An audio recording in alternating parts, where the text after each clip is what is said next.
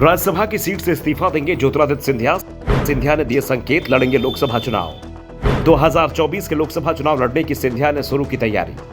ज्योतिरादित्य सिंधिया राज्यसभा के सदस्य हैं। अभी 3 साल का ही कार्यकाल पूरा हुआ है, 3 साल बाकी है, लेकिन सिंधिया राज्यसभा कार्यकाल पूरा नहीं करेंगे। वो कार्यकाल पूरा होने से पहले ही इस्तीफा दे देंगे, क्योंकि बीजेपी हाईकमान ने सिंधिया को लोकसभा चुनाव लड़ने के लिए कह दिया है। सिंधिया से सीट का चुनाव करने को भी कह दिया गया है। सिंधिया ने भी चुनाव लड़ने के आदेश को स्वीकार कर लिया है। दरअसल सिंधिया खुद भी लोकसभा चुनाव लड़ना चाहते हैं। वो राज्यसभा के जरिए राजनीति में बने रहने को तैयार नहीं है, क्योंकि सिंधिया परिवार ने राजनीति जनता के बीच चुनकर की है।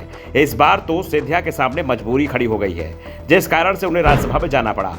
और जैसे ही बीजेपी हाईकमान ने सिंधिया को लोकसभा चुनाव लड़ने का ऑफर दिया, सिंधिया ने तुरंत ही इसे लपक लिया। और यह भी साफ है कि सिंधिया ग्वालियर चंबल संभाग में ही किसी सीट से चुनाव लड़ेंगे। इस रीजन में लोकसभा की 4 सीटें आती हैं, जिसमें से भिंड सुरक्षित सीट है, तो मुरैना सीट से केंद्रीय मंत्री नरेंद्र सिंह तोमर चुनाव लड़ते हैं।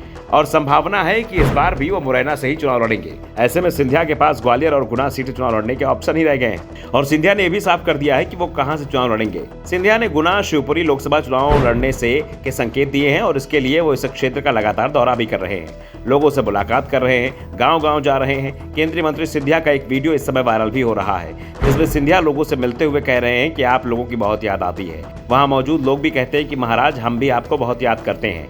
वायरल वीडियो में ज्योतिरादित्य सिंधिया भावुक दिखाई देते हैं। दरअसल सिंधिया 2019 से पहले इस सीट से सांसद थे, लेकिन 2019 के चुनाव में वो बीजेपी के केपी सिंह से चुनाव हार गए। 2019 का लोकसभा चुनाव सिंधिया ने कांग्रेस की टिकट पर लड़ा था, और इस बार वो बीजेपी की टिकट पर चुनाव लड़ सकते हैं। सिंधिया ने हार के बाद 2020 में बीजेपी ज्वाइन कर ली थी, जिस कारण से राज्य में कमलनाथ की सरकार गिर गई थी। सिंधिया अभी भी मोदी कैबिनेट में मंत्री हैं। केंद्रीय मंत्री होने के कारण सिंधिया अब इन क्षेत्रों का दौरा कर पाते हैं। हालांकि वो ग्वालियर चंबल क्षेत्र का लगातार दौरा करते रहे हैं। दरअसल लोकसभा चुनाव से पहले एमपी में विधानसभा चुनाव होने हैं, और बीजेपी की ओर से सिंधिया को ग्वालियर चंबल संभाग की जिम्मेदारी सौंपी गई है, क्योंकि इसी क्षेत्र में सिंधिया समर्थक अधिकांश नेताओं को बीजेपी का टिकट दिया जाएगा।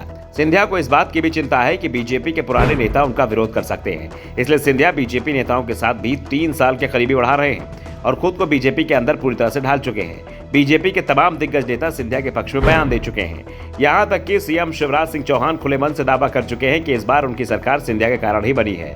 वैसे हार भी सिंधिया कारण ही हुई थी, लेकिन तब सिंधिया कांग्रेस में थे, और इसी के चलते बीजेपी हार गई थी। सिंधिया को बीजेपी के दिग्गज नेताओं से तो कोई परेशानी नहीं है, लेकिन सिंधिया उन नेताओं को बीजेपी की दूसरी पंक्तियों के नेताओं से परेशानी है, जो विधानसभा चुनाव में मुश्किलें पैदा कर सकते हैं। दरअसल सिंधिया समर्थक करीब 2 दर्जन विधायक और पूर्व विधायक टिकट को लेकर दावेदारी ठोक रहे हैं, और इस बार संकेत इसी बात के मिल रहे हैं कि सिंधिया समर्थक अधिकांश नेताओं को टिकट मिल जाएगा।